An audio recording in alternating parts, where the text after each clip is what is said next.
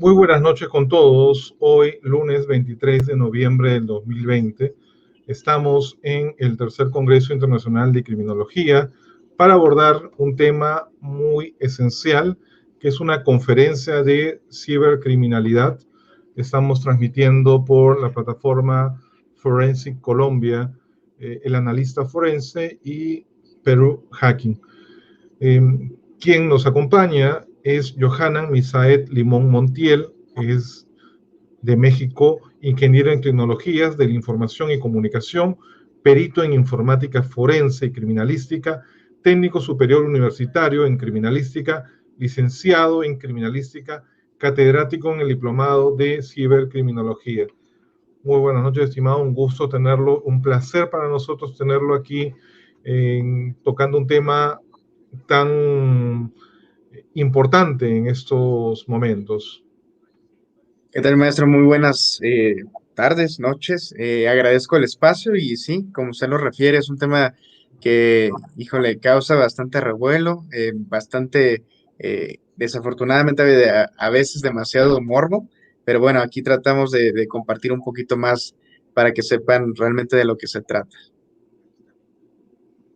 Cuando guste, estimado. Bien, pues bueno, les voy a compartir mi pantalla respecto a la presentación de esta ocasión, ¿no? A ver. Ahora sí, estimado, aunque está, ajá. Listo, ¿verdad? Sí, listo, estimado. Perfecto, bien. Entonces vamos a comenzar, ¿no? El tema se llama cibercriminalidad.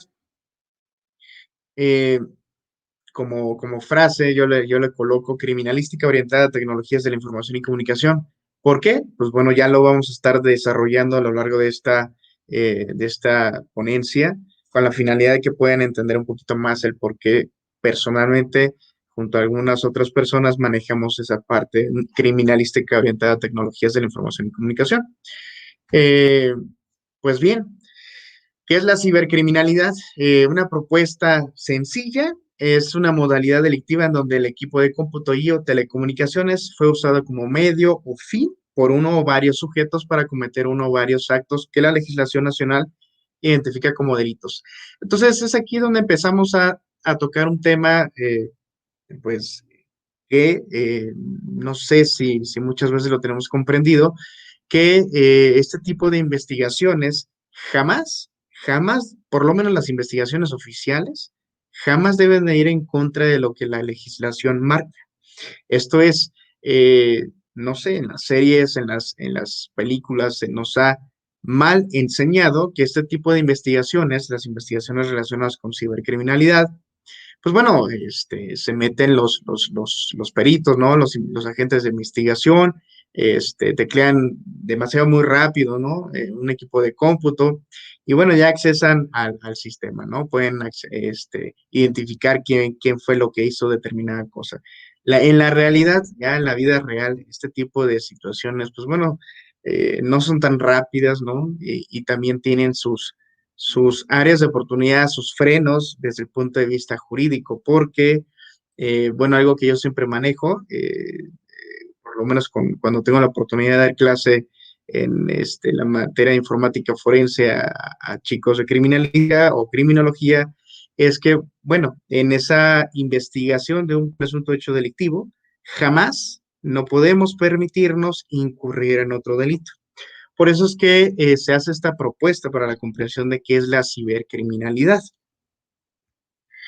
Estábamos manejando, ¿no? Como medio fin, a través de esta diferenciación, delitos cometidos a través de las tecnologías de la información y comunicación como medio fin, es que podemos identificar precisamente algunas actividades que, dependiendo del país del que se trate, pueden estar fácilmente identificados. Por ejemplo, en este caso, las conductas que se valen de las TICs como instrumento o medio para realizar un ilícito es la falsificación de documentos utilizando como instrumento equipos de cómputo, por ejemplo, las tarjetas de crédito, los cheques, fotografías, ¿no? Entonces, bueno, el instrumento principal es un equipo de cómputo. Los fraudes financieros a través de la red, las publicaciones con contenido pornográfico sin autorización, y el espionaje a través de las redes informáticas, así como también dependiendo, y aquí se ve la aclaración, dependiendo la legislación de la que estemos hablando, pues se puede tocar el término de robo de personalidad. Ahora, aquellas conductas que están dirigidas, van dirigidas de manera que es de la información y comunicación, bases de datos o programas pueden ser aquellos que son ataques que provocan la negación de servicios, ¿no? Destrucción o robo de dispositivos, así como también los sabotajes de centros de cómputo y también, evidentemente, los robos de medios de almacenamiento y sus derivados también. Donde, bueno, en esta parte, delitos cometidos a través de las tecnologías de la información y comunicación como fin, pues precisamente los dispositivos son el fin, son el objetivo.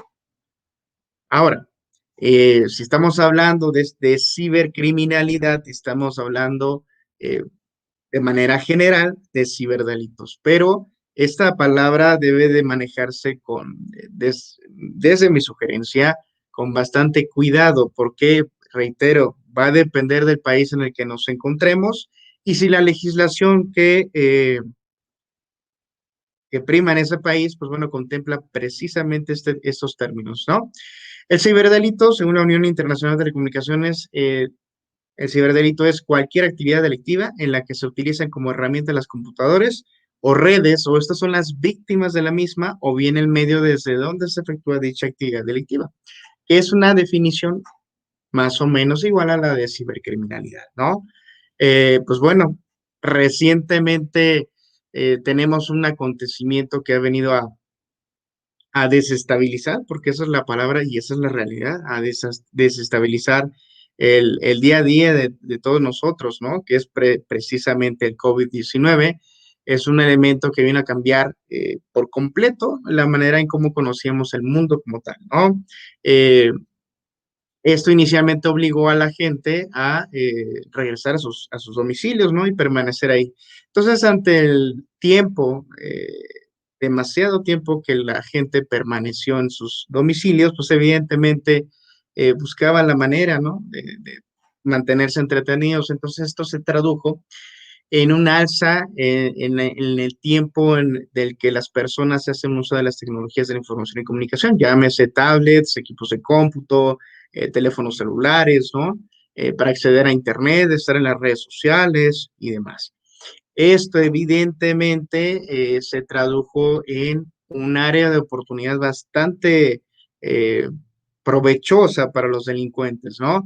Entonces, estos delincuentes ven la oportunidad de poder atacar ya no nada más a las empresas, sino ahora a los domicilios, porque bueno, eh, el COVID nos agarró de manera sorpresiva y evidentemente aquellas instituciones o empresas que no tenían planificado, ¿no? El trabajo de manera remota, no tenían sus configuraciones definidas, pues bueno, tienen ese problema. Y ahora el pan de cada día es que, pues bueno, no se tiene la misma seguridad en casa que en la empresa. Entonces, son objetivos más fáciles de poder alcanzar por parte de los delincuentes. Evidentemente, como muchos de ustedes saben, año con año diversas instituciones, gobiernos, presentan informes, ¿no? Presentan informes respecto a la cantidad de incidentes cibernéticos, ciberdelitos, incidentes relacionados con tecnologías de la información y comunicación.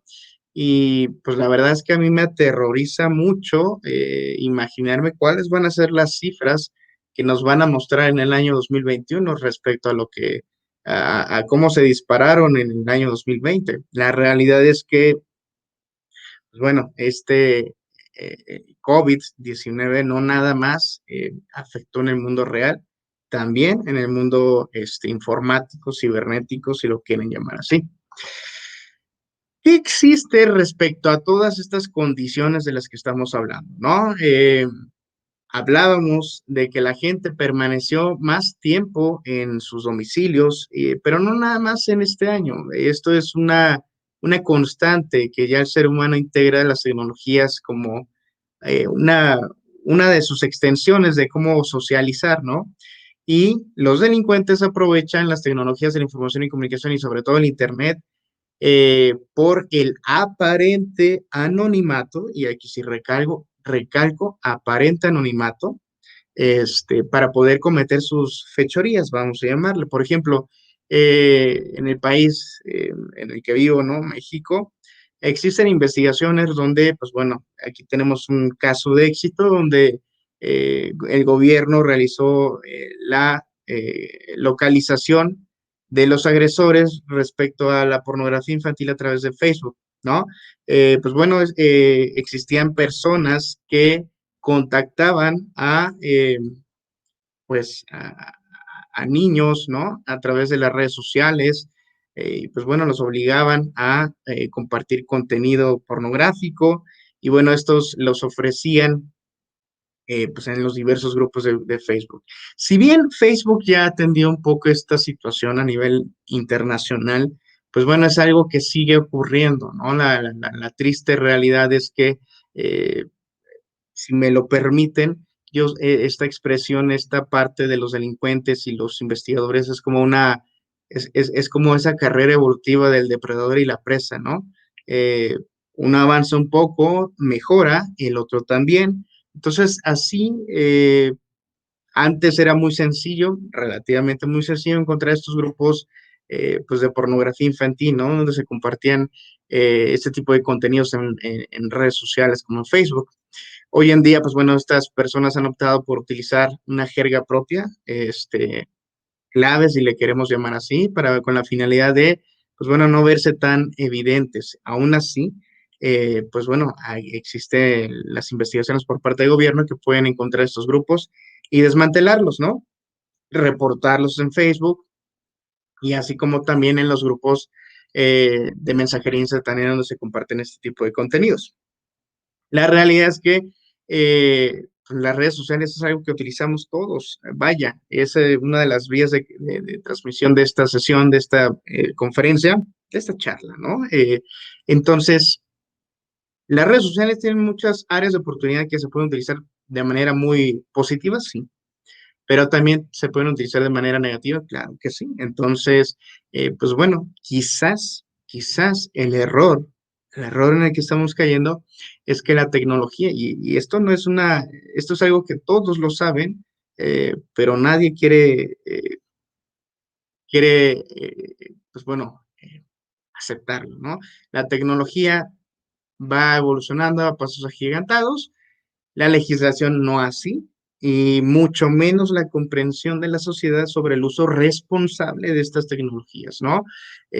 Vaya, han tenido, por ejemplo, Facebook ha tenido que modificar constantemente sus términos y condiciones, ha tenido que implementar nuevas funcionalidades con la finalidad de poder tratar de dar combate a este tipo de circunstancias, ¿no? Eh, mencionaba, ¿no? Este tipo de personas que contactan a jóvenes, a niños, adolescentes a través de las redes sociales, pues es algo que asusta porque, bueno, si bien Facebook tiene un límite, una edad mínima para que uno pueda abrir una cuenta, pues bueno, la realidad es que nadie hace caso a esas condiciones y hoy en día pues hay niños de 6 7 8 años que tienen redes sociales y que a pesar, aunque no sepan quizás realmente para qué sirven o cómo utilizarlas, pues inclusive hasta tristemente los padres ya les están creando redes, sus cuentas de redes sociales, ¿no?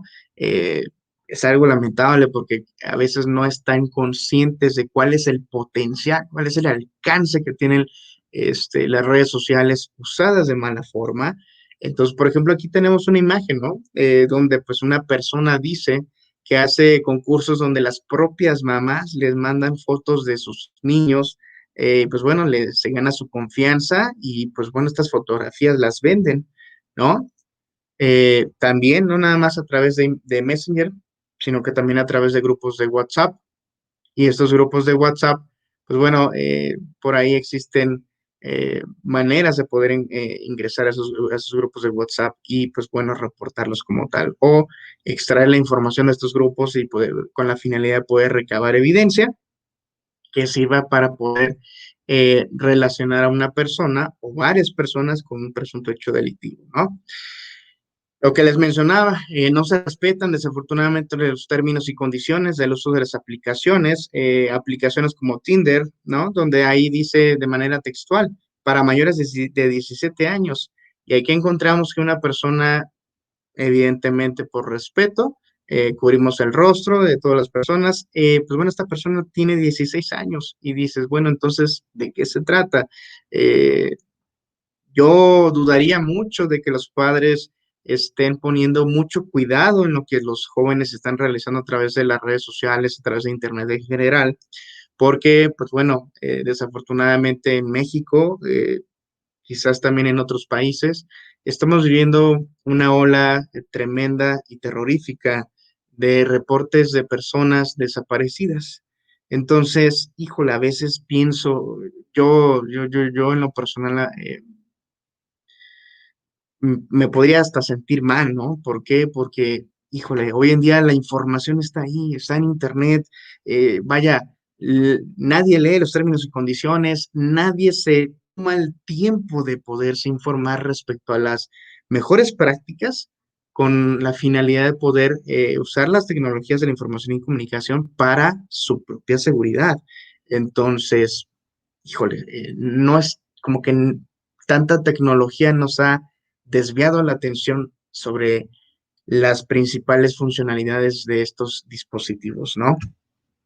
Por ejemplo, también en las comunicaciones de mensajería instantánea, WhatsApp, eh, los primeros consejos, ¿no? Que nos daban en las redes sociales es, si te mandan solicitudes de amistad que apenas si tenga 3 o 4 publicaciones o que ni siquiera tenga fotografías, pues ten cuidado porque son cuentas falsas. Hoy en día la realidad es que ya ni siquiera eso es suficiente.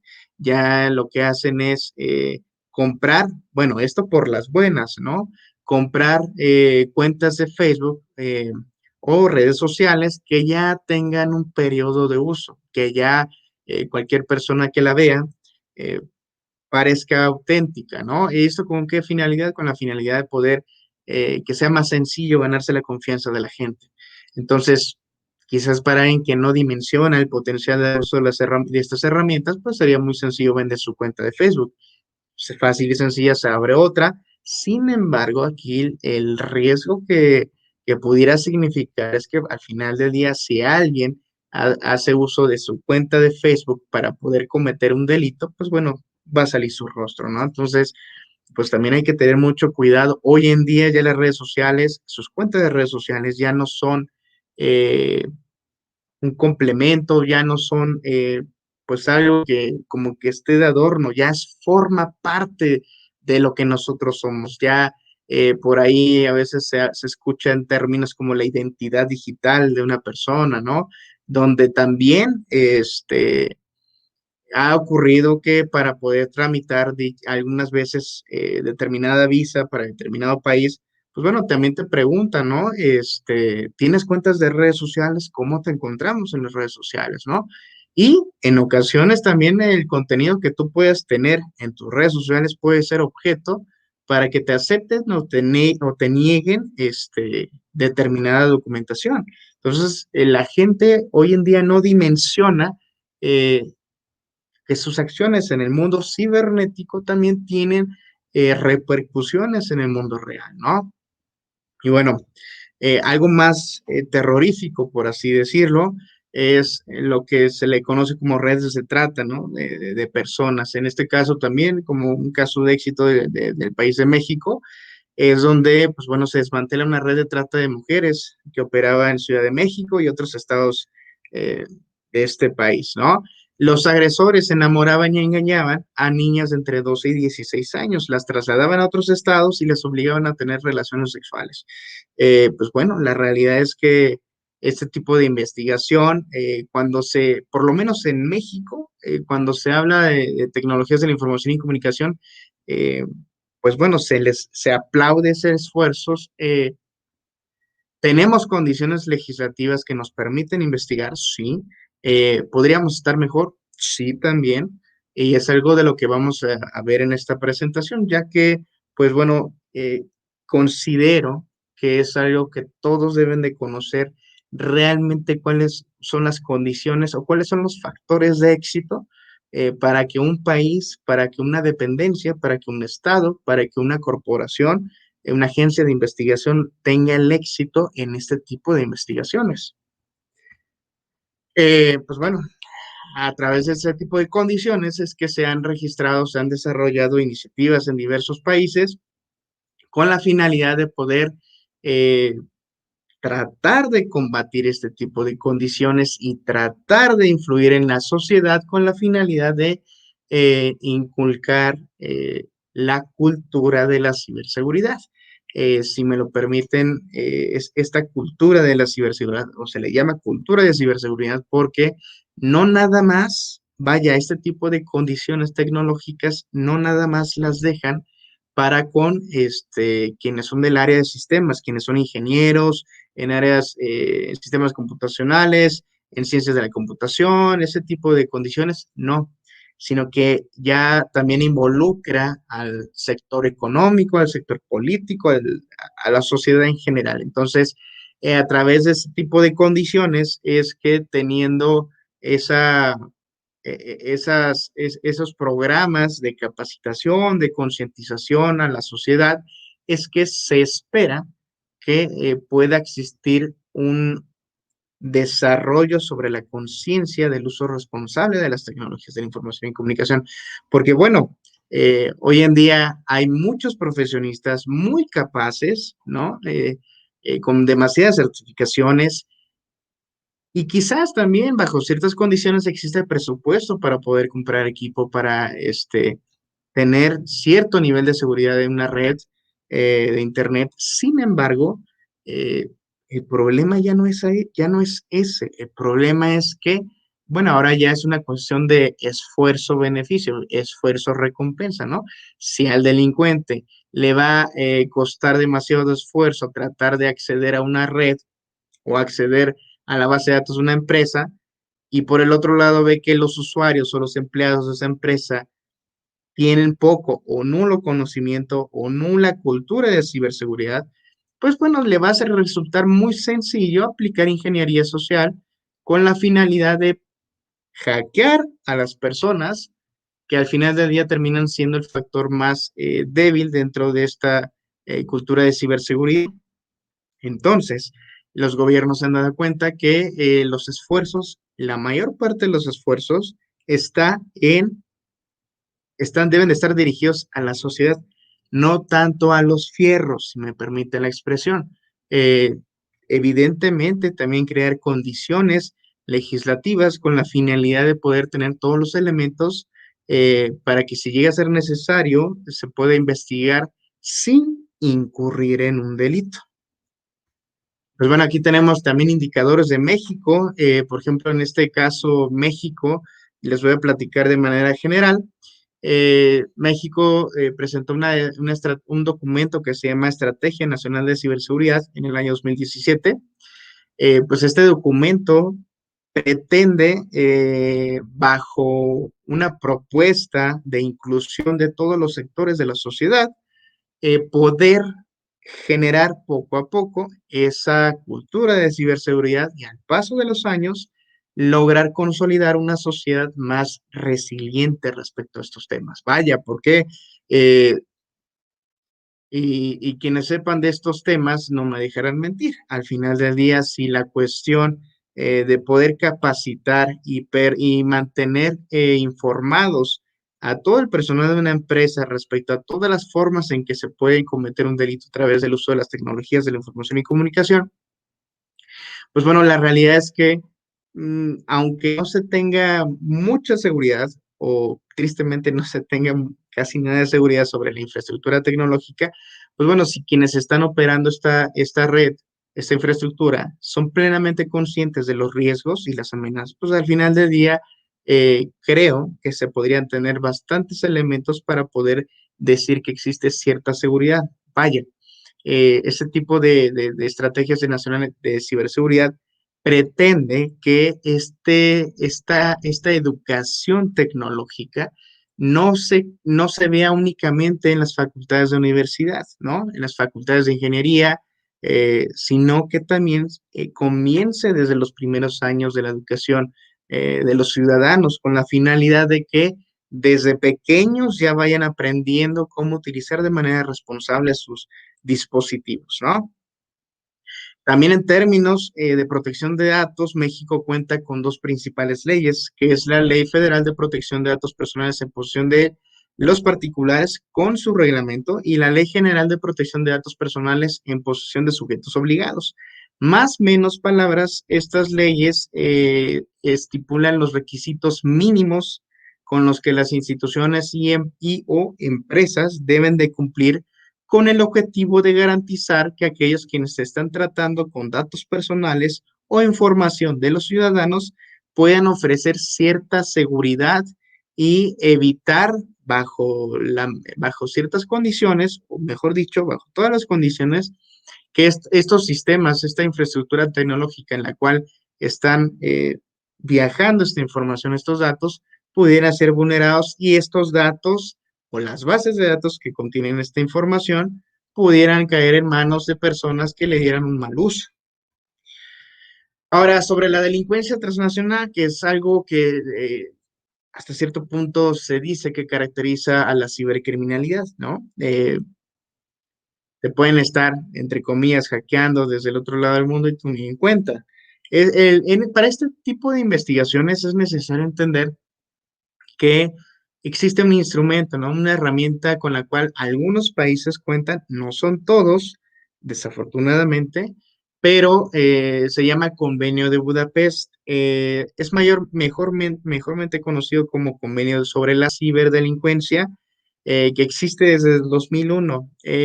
Este convenio es un convenio de colaboración internacional entre diversos países con la finalidad de dar persecución a los delincuentes a través de las fronteras.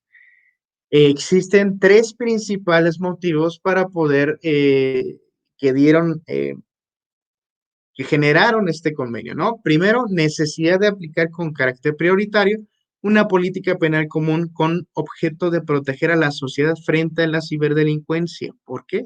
Porque volvemos a lo mismo, se identifica ese elemento que falta sobre la educación tecnológica en los ciudadanos. Entonces, ya tenemos el problema. Ahora hay que tratar de encontrar los elementos necesarios para poder tratar de mitigar estas condiciones, ¿no?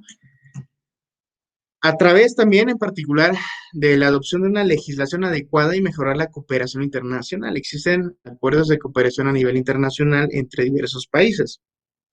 Y pues bueno, evidentemente la necesidad de cooperación entre los estados y la necesidad de proteger los intereses legítimos en la utilización y el desarrollo de las tecnologías. Ahora, aquí hay un elemento que a veces pudiera malentenderse. En ocasiones podrían haber opiniones que dicen que si un país se adhiere a Budapest, pues bueno, estaría atentando en contra de su soberanía. La realidad es que no. De hecho, Budapest establece que es muy específico, ¿no? Es acorde a la legislación interna, es decir, de cada país determinará bajo qué condiciones se deben de cumplir. Está conformado por 4 capítulos, que es el primero de la terminología, el segundo que solamente establece los delitos que se persiguen, el tercero que refiere a los principios generales de cooperación internacional y el cuarto solamente cláusulas finales y lo conforma 48 artículos, ¿no? Dentro de los más relevantes, que son, ¿por qué tomo estos algunos artículos en específico? Porque son artículos que considero que si se está en un país que no está adherido a Budapest, pues bueno, son ideas que de manera interna se pueden comenzar a implementar y entonces sí ordenar un poco las cosas con la finalidad de poder ser eficientes en la investigación de este tipo de delitos, por lo menos de manera interna. Ya más adelante se podría pensar en la condición de adherirse a Budapest. El artículo 16 habla sobre la conservación rápida de datos informáticos almacenados. Esta conservación de datos es durante un periodo de hasta 90 días. Es decir, que, por ejemplo, Estados Unidos está adherido a Budapest. Facebook, bueno, está en Estados Unidos, por lo tanto, Facebook está bajo los términos de Budapest. Entonces, si en algún momento, bajo alguna circunstancia de investigación, existiera la necesidad de solicitarle información a Facebook o a WhatsApp, pues bueno, hay que tener en cuenta que existen 90 días para que se pueda solicitar esa información. Y estos son datos que sirven para poder ser eficientes en este tipo de investigaciones, porque vaya, los ciberdelitos, ciberdelincuencia, cibercriminalidad, yo lo he visto que son temas que muchos quieren hablar de ellos, muchos quieren hacer propuestas, pero no muchos saben bajo qué condiciones se deben desarrollar ese tipo de investigaciones. Vaya, como ingenieros podremos decir que técnicamente hay muchas cosas que se pueden hacer, pero no tanto esas cosas, no de todas esas cosas que se pueden hacer son todas legales. Entonces, también hay que saber que sí se puede y que no se puede. Y esto dependerá estrictamente del país del que se esté hablando. Y bueno, el artículo 35 que habla de una red 24/7, que es una red 24/7, aquí dice, ¿no? Cada parte designará un punto de contacto localizable las 24 horas del día, con el fin de garantizar una asistencia inmediata para las investigaciones relativas a delitos vinculados a sistemas y datos informáticos o para obtener pruebas en formato electrónico de un delito. En este sentido, pues bueno, estas redes 24/7 sirven eh, como enlace con la finalidad de que si existe la necesidad de solicitar la conservación de dichos datos, pues bueno, se pueda llegar a ese contacto y se puedan preservar. Aquí hablamos de preservación, que es algo de lo que se tiene que cuidar mucho en la materia de informática forense y en la investigación en general de este tipo de condiciones. ¿Qué otros fenómenos se están desarrollando, están gestando o existen ya de respecto a la cibercriminalidad o ciberdelincuencia? Pues bueno, lo que muchos hablan o conocen como blanqueo de capitales, lavado de dinero, operaciones con recursos de procedencia ilícita, donde, pues bueno, para el caso de México, México forma parte desde el año 2000 del Grupo de Acción Financiera Internacional, Gafi, cuyo propósito es crear y promover medidas para combatir el blanqueo de capitales, dictando estándares internacionales relacionados con la prevención del combate del lavado de dinero y el financiamiento al terrorismo, así y la proliferación de armas de destrucción masiva o en masa, ¿no? Entonces, hoy en día, pues también este tipo de condiciones de operaciones con recursos de procedencia ilícita se están llevando a cabo a través de Internet, ¿no?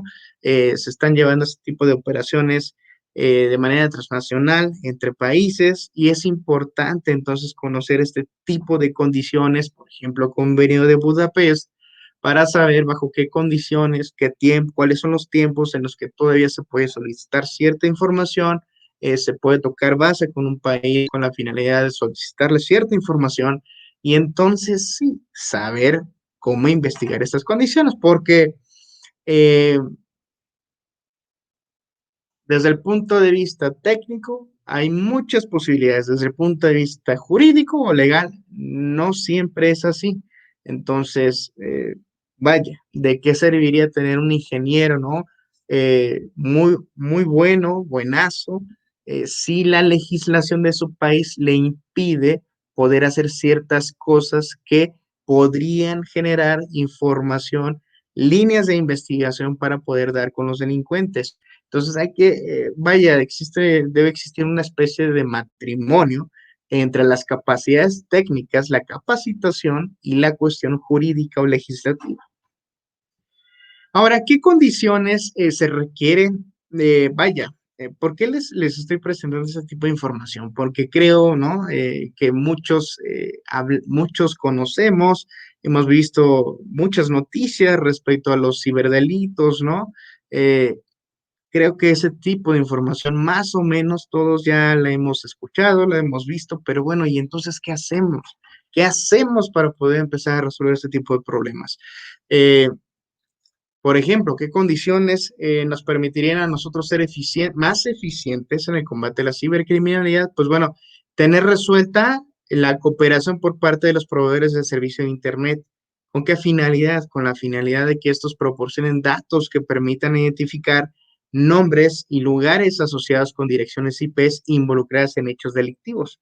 Eh, esta es una característica que no necesariamente todos los países tienen, sin embargo, todos los que están en Budapest sí lo tienen, porque vaya, dentro de esos elementos que menciona Budapest sobre la conservación de datos, pues bueno, evidentemente si estamos hablando de cibercriminalidad, ciberdelincuencia, ciberdelitos, muchos de ellos se cometen a través de Internet, utilizan direcciones IPs y entonces dependemos, por lo menos desde el punto de vista de investigación oficial, dependemos de esa información que solamente los proveedores de servicio de Internet pueden proporcionar. Eh, entonces, todos los países que están adheridos a Budapest comparten esta característica. Los que no están, no forman parte de Budapest, no necesariamente la tienen y a veces esto es un pequeño gran problema que dificulta mucho la investigación de este tipo de delitos, ¿no? ¿Cuál sería? Y esto lo pongo en tres niveles de relevancia o sí, de importancia, ¿no? Eso es lo primordial. Si no se tiene eso, será muy complicado que lo demás funcione. ¿Cuál sería el segundo paso, el segundo nivel, el segundo factor a atender? Pues tener personal capacitado para la investigación en delitos cometidos a través de las tecnologías de la información y comunicación como medio fin. Esto se habla de, pues bueno, peritos en informática y telecomunicaciones y o electrónica, policías de las unidades cibernéticas, pues bueno, también personal, abogados, ¿no? Ministerios, agentes del Ministerio Público, que sepan de estos temas y sepan cómo abordarlos desde el punto de vista jurídico. También, ¿no? Como última instancia, el desarrollo de protocolos de actuación en materia informática forense, manuales de procedimiento e instructivos, esto con la finalidad de homologar la manera en que se trabaja en el combate a la ciberdelincuencia. ¿Y por qué o para qué los protocolos y los manuales? Bueno, aquí les presento una diapositiva eh, que, bueno, explica. A nivel de protocolo se dice qué es lo que se tiene que hacer. El protocolo te dice qué hacer. Por ejemplo, en este caso, todo lugar de hechos o hallazgo debe ser preservado. Eso es lo que se tiene que hacer. A nivel de manual de procedimiento, primero hay que identificar cuál es el proceso sobre el cual se deberá desarrollar el procedimiento. Ahora, tomando este mismo ejemplo, para la preservación se debe valorar inicialmente el lugar, teniendo en cuenta que ya se encuentra acordonado, se establece una ruta única de entrada y salida. El protocolo te dice que, el manual te dice cómo, y a nivel de instructivo, la preservación se debe realizar empleando una cinta de y midiendo con instrumentos. El instructivo te dice con qué. Entonces, para poder homologar los criterios de investigación es necesario el desarrollo de estos protocolos de actuación, manuales de procedimientos e instructivos de trabajo con la finalidad de que todo esté debidamente documentado y no existan esas condiciones de actuar de manera empírica o improvisando, porque esto, desde el punto de vista de investigación, jamás se debe de improvisar, o por lo menos esa es mi perspectiva. Hay países como por ejemplo en este caso México que ya contemplan la violencia digital en la legislación recientemente en nuestro país, en México. Pues bueno, tenemos o contamos con la ley Olimpia, que es no es como tal una ley, sino un conjunto de reformas a diferentes eh, partes del punto de vista jurídico, pero solamente era de aplicación en algunos estados. Hoy en día, pues bueno, ya se aprobó que debe ser de aplicación general en México. Y esto permite que, bueno, se puedan dar persecución bajo ciertos términos e investigación a aquellas personas que están compartiendo contenido pornográfico sin el consentimiento de quienes aparecen en dichos imágenes o videos. Es una herramienta bastante buena que yo espero que México le permita avanzar en este tipo de condiciones, ¿no? Lo virtual o cibernético sí tiene efectos en la vida real, ¿no? En septiembre de 2020 muere una mujer en un hospital en Alemania a causa de un ransomware, que en realidad tenía como un objetivo una universidad. Eh, este hecho creo que permite entender que todo lo que ocurre en el ciberespacio, en el mundo digital, en Internet, sí tiene repercusiones en la vida real. Vaya, ahorita tristemente fue la vida de una persona, entonces creo que ese debería ser un elemento que permita eh, generar ese cambio, poder empezar o comenzar con esta parte de la educación tecnológica con la finalidad de, pues evidentemente, ¿no? Instruir a las nuevas generaciones sobre el uso responsable de las tecnologías y que este tipo de situaciones no lleguen a suscitarse nuevamente. Vaya, es lamentable, digo, ahorita es de manera directa, porque también han existido otras condiciones donde pues se han manifestado este tipo de situaciones, ¿no? Ahora, ¿qué implica la informática forense o la investigación o el combate de la cibercriminalidad, ciberdelincuencia? Pues bueno, contar, ¿no? Como lo estábamos hablando, con peritos en materia de informática forense principalmente, ¿no? Y cuáles son las áreas de conocimiento con las que debe contar este personal. Pues bueno, derecho, ¿no? La parte jurídica en la cual nos permite o permite conocer los alcances y límites legales de la actuación del perito en materia de informática forense, ¿no? Saber qué sí y qué no puedo hacer. Criminalística porque permite el estudio y análisis de los indicios relacionados con un presunto hecho delictivo. Por eso es que, por lo menos para un servidor, que, como lo veo es criminalística orientada a tecnologías de la información y comunicación, porque se aplican técnicas criminalísticas, se aplican ciertas áreas de la criminalística orientadas a las tecnologías de la información y comunicación, y eso permite poder garantizar la preservación de lo que muchos llaman evidencia digital. Por lo menos en México sí se le conoce así, pero algo más apropiado son indicios, ¿no? Indicios digitales. Pues bueno, tecnologías, evidentemente, tecnologías de la información y comunicación, que es propiamente el conjunto de las tecnologías desarrolladas para gestionar la información. Estas son las tres bases esenciales de conocimientos que debe tener el perito o el investigador sobre esta materia. Evidentemente, pues bueno, las tecnologías podrían conllevar a la parte de los conocimientos sobre hacking ético, pruebas de penetración y ese tipo de condiciones, ¿no? Ahora, también hay que tener en cuenta que la investigación de delitos cometidos en tecnologías de la información y comunicación es algo que tiene dos grandes etapas, la física y la digital. La identificación, fijación y preservación de los dispositivos físicos que contienen la evidencia digital. Y una vez que yo ya identifiqué, fijé y preservé los dispositivos físicos que contienen la información, después voy a identificar, fijar y preservar los archivos, la evidencia o los indicios digitales. Para esto se debe contar con una metodología, ¿no? Donde, pues bueno, inicialmente es la identificación, fijación, preservación, procesamiento de la información que contienen los dispositivos y posteriormente realizar un análisis y finalmente un dictamen pericial en materia de, pues evidentemente, informática forense o telecomunicaciones o electrónica, ¿no? Durante todo este tipo vaya, este camino se debe de cuidar que la correcta aplicación de la cadena de custodia esté hecha. ¿Por qué? Porque por lo menos para el tema de informática forense, la cadena de custodia eh, podría a veces malentenderse, ¿no? Hay quienes dicen que la aplicación de la cadena de custodia garantiza la integridad de la información o garantiza la integridad de los indicios y para el caso de indicios digitales, pues la realidad es que no es así. ¿Qué metodologías existen para poder, y esto se los doy, se los comparto a manera de que también ustedes, si tienen el interés, puedan adentrarse un poco más sobre estos temas, ¿no? ¿Qué documentos existen donde se refiere a metodología aplicable a la investigación de delitos cometidos a través de las tecnologías de la información y comunicación?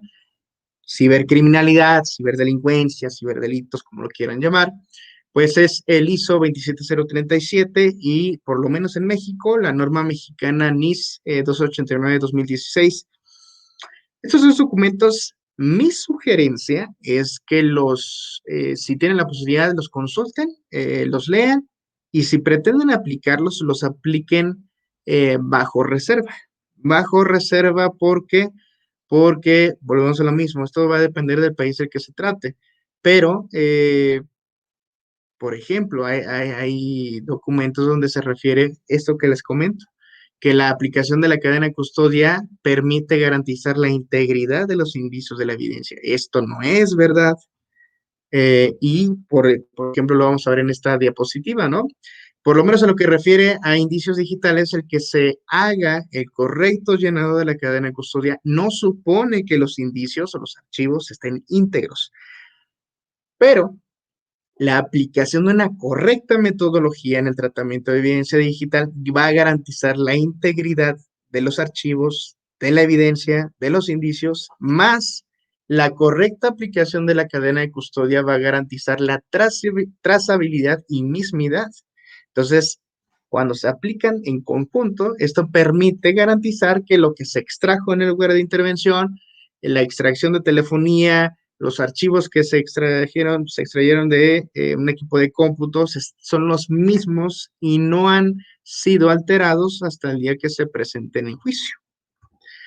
Y bueno, ¿qué herramientas existen para la investigación de delitos cometidos a través de las tecnologías de la información y comunicación? Bueno, la investigación en contra de la cibercriminalidad, ciberdelincuencia, o como lo quieran llamar, pues Magnet Axiom, que es un programa que ahorita vamos a ver de manera muy general, eh, que sirve para poder realizar ese procesamiento y análisis de información de imágenes forenses y también realizar extracciones de telefonía celular y también poder acceder a ciertas condiciones de información en la nube. Autopsy, que es de distribución gratuita, es una herramienta libre eh, que bueno, sirve para poder hacer básicamente lo mismo que Axiom, pero pues es gratis. Y bueno, una marca muy famosa, Cellebrite, el UFED, que nos permite realizar extracciones de telefonía, las bolsas Faraday, las mochilas Faraday, los protectores o bloqueadores de escritura. Y aquí, ¿por qué les muestro estas pequeñas herramientas? Bueno, estas pequeñas, grandes herramientas con mucho potencial. ¿Por qué?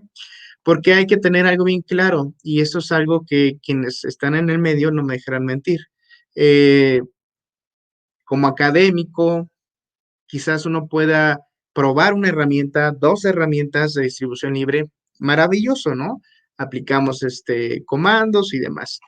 Pero ¿qué va a generar estas cuestiones? Esto, desafortunadamente, en el mundo real no es 100% aplicable o no siempre se puede utilizar. ¿Por qué? Porque evidentemente, como es gratuito, bajo ciertas condiciones o en la necesidad de velocidad en el procesamiento de información, pues bueno, estos programas a veces no podrían dar ese ancho, no podrían ser suficientes y entonces sí, esto sí lo resuelven los programas de paga, por ejemplo, Axiom. Este programa sí te permite realizar extracciones eh, relativamente rápidas, también va a depender de las condiciones de los equipos con los que se estén contando, ¿no? Y pues bueno, aquí encontramos una de las pantallas principales de Axiom que permite poder generar, vean, por ejemplo, casos de antiterrorismo, de investigación, de crimen organizado, delitos de drogas, de despido injustificado, explotación infantil, fraude, investigaciones militares. ¿Por qué? Axiom lo que inclusive tiene por ahí una función que permite identificar inclusive las tonalidades de las personas que aparecen en imágenes con la finalidad de que poder hacer cierta selección de contenido que cumpla con un criterio de tonalidad de piel. Y entonces, por ejemplo, este tipo de investigación, este tipo de herramientas pueden aplicarse para la investigación, por ejemplo, ¿no? De trata de personas, de blancas, una red de prostitución, condiciones similares, ¿no? Y pues bueno, lo que les mencionaba, permite poder realizar análisis de las imágenes forenses resultados de la extracción de un equipo de cómputo, permite también realizar extracciones de telefonía celular bajo ciertas condiciones y acceder a ciertas condiciones de la nube también. Ahora, ¿qué áreas periciales puede participar este tipo de investigaciones? Pues georreferenciación de comunicaciones telefónicas, en casos, por ejemplo, de secuestro, extracción y preservación de archivos o conversaciones de WhatsApp y Facebook y otras redes sociales, extracción y preservación de videos de dispositivos de videograbación, recuperación de información en medios de almacenamiento, determinar autenticidad de algunos archivos electrónicos, identificación y preservación de correos electrónicos, recuperación y preservación de contenido en Internet y asuntos relacionados con bancos, ¿no? Pero bueno, esto es el cómo se puede combatir este tipo de circunstancias. Lo esencial es lo que veníamos comentando. Si se tiene una sociedad consciente, informada sobre este tipo de condiciones, pues creo, en mi forma de pensar, yo considero que la cantidad de reportes o de delitos o inclusive de personas muertes inclusive, pues no sería tan grande. ¿Por qué? Porque la gente sería responsable al utilizar sus dispositivos, sus equipos de cómputo, no estarían cometiendo delitos a través de las tecnologías, pero esto solamente puede lograrse a través de eso que mencionábamos, una cultura de ciberseguridad que involucre a las personas en general, la academia, ¿no? Las escuelas, las universidades, la iniciativa privada y el gobierno, evidentemente, para que al paso de los años, pues bueno, logremos tener una sociedad resiliente y plenamente consciente en el uso de estas tecnologías. Y así, a pesar de que existan buenos delincuentes, me permito llamar buenos delincuentes, o sea, bueno en el sentido con muchas capacidades, muchas habilidades, pues bueno, no van a ser eficientes porque la gente estará plenamente informada y tomará sus debidas precauciones, ¿no? Bueno, aquí con una pequeña frase para culminar, la historia del hombre es la historia de los crímenes y la historia se repite. Así que la información es una defensa. A través de esto podemos construir, debemos construir una defensa contra la repetición. Y bueno, yo les agradezco mucho el tiempo que se toman para escuchar esta ponencia. Pues bueno, me pongo a sus órdenes. Listo, estimado. Gracias por la disertación. Y ahora a que siga las redes, pues, a que siga las redes. No sé, la gente a veces se desconfía en el tema de, o confía demasiado, ¿no? A mí me preocupa cuando las personas, eh, uno ve eventos X y ponen todos correos electrónicos, llámame a tal teléfono, y están escribiendo con su nombre completo. Después, cualquier persona tiene sus datos, o se están regalando información. Y a eso con esos cuentos también que existen páginas de toda la vida, que esas paginitas que hay que van colocando, no sé, sorteos de La Roca, etcétera, personas, ¿no? Que vamos a regalar $1.000.000. Acá en Perú es ATV, te regala y te llega mensaje de texto, supongo que allá debe ser Televisa, te regala una camioneta. Los mismos métodos en todos los países con diferentes opciones, ¿no? El ciberdelincuente tiene que tener la idea, a veces el tema, mucho ciberdelincuente cae por exceso de confianza. Claro. En el tema de las investigaciones, siempre se encuentra gente que está años delinquiendo y que por la ambición estuvieron ahí por años, por décadas, familias que pasan la batuta, clanes familiares, clanes amicales, y entonces es un circuito de actividades. Lamentablemente para ellos existe el área de informática forense, computación forense, que está aumentando bastante en diferentes países y las policías están poco a poco con las herramientas adecuadas, porque no es que existe una persona detrás del teclado, sino existen software, como usted ha mostrado, que se usan para eso, que son fines que se emplean para poder eh, sacar una copia de byte a byte y de acuerdo a eso sacar un peritaje adecuado, ¿no? Entonces, el asunto de fondo es que también existen personas que que mal engañan, ¿no? Con el tema, o no sé, bien engañan, no sé cómo voy a ponerlo el término, que también te ofrecen unas certificaciones truchas o actividades truchas en informática forense y te dicen, sé perito con software libre. Entonces, y cualquier persona que no sabe que en las policías informáticas, que en el Ministerio de Justicia, que en los ministerios públicos de cada país se usan software pagos, cree que en efecto, en virtud de eso, van a llegar a ser unos grandes conocedores. Entonces me encantó esa parte cuando comenzó a poner lo que se usa, porque poca gente habla, o sea, la gente dice, habla y te mete su Kali Linux y hace su... Entonces con esa ya se ganó mi respeto, estimado. Sí, no, digo, en ese sentido, si me lo permite, maestro, de hecho, sí es algo, digo, es digno de mencionarse porque, vaya, las películas, las series han mal instruido a la gente y piensan que todo se hace con nada más con teclear, ¿no? Con ver la pantalla, con números y demás, y ya está hecho. La realidad es que no. Vaya, y tampoco estamos diciendo, ¿no? Que estas distribuciones gratuitas de software libre, o sea, son maravillosas cuando no se tiene presupuesto o cuando no se tiene una cantidad de reportes o de asuntos tan grande, porque se puede entonces sí investigar asunto por asunto, pero una realidad que por lo menos desde el punto de vista gobierno oficial se tiene es que no nada más se tiene un asunto, se tienen 10, 15, 20 y entonces sí, con software libre perfectamente puedes hacer una tarea, una investigación, pero va a llevar su tiempo y el tiempo en el ámbito de la investigación en la realidad no se cuenta. Entonces esto debe ser rápido, eficiente y bueno, también es de admirarse, ¿no? Hay personas que son muy diestras en el uso de estas herramientas gratuitas, se les reconoce, pero también existe esta condición del tiempo, el tiempo premia, y por ahí dicen, ¿no? El tiempo que pasa es la verdad que huye, y Claro, bajo más. este tipo de condiciones, pues bueno, no es algo que podamos tener el lujo de perder, usted mismo lo dijo, hay gobiernos que tienen herramientas que literal, valen millones de pesos, por lo menos en el caso, contexto mexicano, valen millones de pesos, y que todo lo que hacen ya me quisiera imaginar cuánto tiempo se llevaría hacer con herramientas gratuitas.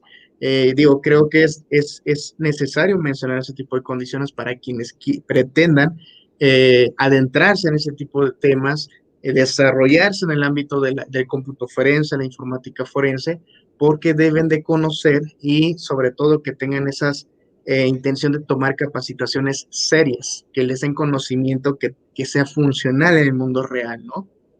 Y entender que no es solo, como mencionó, son muchas opciones. Entonces, también del lado comercial también existen los vendehumos. Acá le decimos vendehumo. Entonces te dicen, estimado, con esto vas a hacer absolutamente todo. Y no existe en forense, no existe una solución perfecta. Uno tiene múltiples opciones para poder trabajar y de acuerdo a eso va actualizando. Tampoco no significa que te consigues algo del 2019 de un software de análisis forense móviles y vas a poder peritar un celular que sale en 2021. O sea, eso no, la O tecnología, analizar un dron, ¿no? o sea, bueno, también peritar un dron también, o sea, hay elementos que se usa la criminalística para poder avanzar. Un dron es útil para perenizar una escena de crimen, para hacer la reconstrucción virtual, eh, para verificar si han modificado al dron para hacer ciertas cosas. No sé, acá hay una cultura a veces de usar los drones como juguetitos, pero hay gente que a veces le quita los LEDs y comienza a ponerlos en sus edificios y esperar que en los pisos altos esté alguna dama en paños interiores y comenzar a los exhibicionistas y no sé, tantas cosas, estimado, con el uso informático que se puede entablar, pero entender que a todos los que vean la grabación es algo que toma tiempo, es algo que se necesita actualización constante y es sobre todo que lamentablemente no puede haber un perito en ningún país, en ninguna ciudad que te diga yo sé todo, porque es muy grande todo, muy grande el tema. Sí, me queda claro, no, no alcanza la vida completa para poder saberlo todo sobre una sola materia, ¿no? Yo estoy totalmente de acuerdo con usted en ese sentido.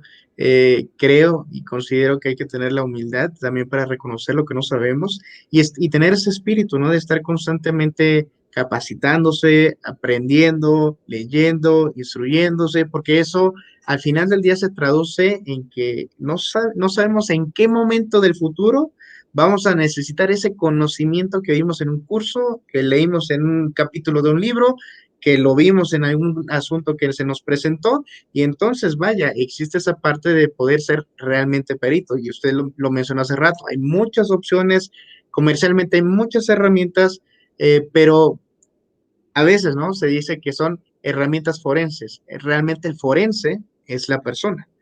Hay herramientas, pero al final del día, el forense es la persona, porque el programa te puede hacer todo el procesamiento, pero ¿quién le hace el análisis? ¿Quién inspecciona esa información? ¿Quién cataloga?